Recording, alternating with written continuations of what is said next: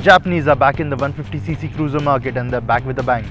My name is Susvirkar and what we have here today with us is the new Suzuki Intruder 150.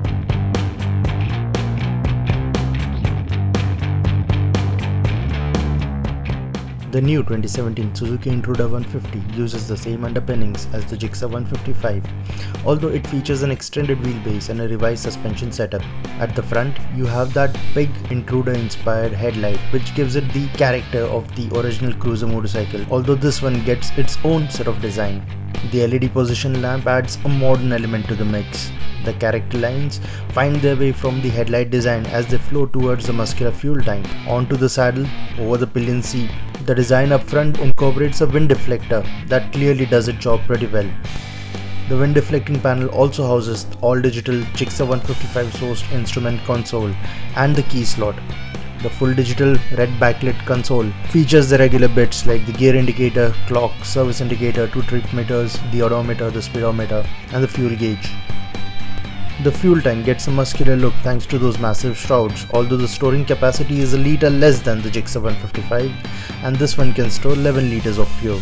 Now we could not test the fuel economy during a short stint with the motorcycle in Lavasa, but Suzuki claims that the Intruder 150 can return up to 44 km to a litre, which should offer a range of about 480 km between fuel stops. The overall build quality feels pretty solid, but on the downside, just like the Gixxer 155, the switchgear quality isn't something to write home about. Secondly, the 140 section rear tire is meaty, but due to the massive rear panel, it appears quite skinny. The new Suzuki Intruder looks different. Good or bad is a matter of personal opinion. It's quite an attention magnet too, and almost everyone whom we came across during our ride in Lavasa had a good word about the big bike inspired design. Let's talk about engine and performance. The Intruder 150 uses the exact same engine that powers the Gixxer 155 and in the exact same state of tune. So the 154.9cc single cylinder engine continues to deliver 14.8 PS of power and 40 Nm of torque. Now this one features a carburetor and the fuel injected model is likely to arrive sometime soon in the future. We don't have the exact date, but that will be the first upgrade as we were told by the folks at Suzuki. The engine comes mated to a 5-speed manual transmission and it's pretty crisp to be honest, and we could go up and down through the gearbox without any glitches.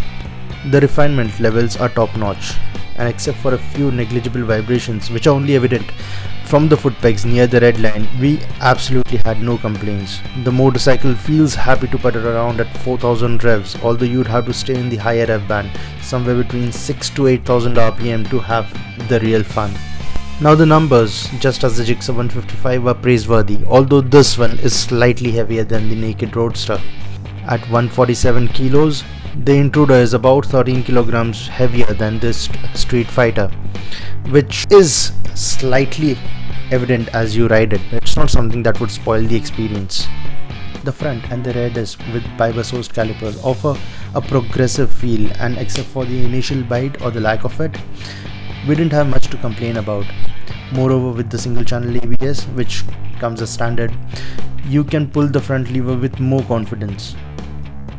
The handling department was pretty good as well.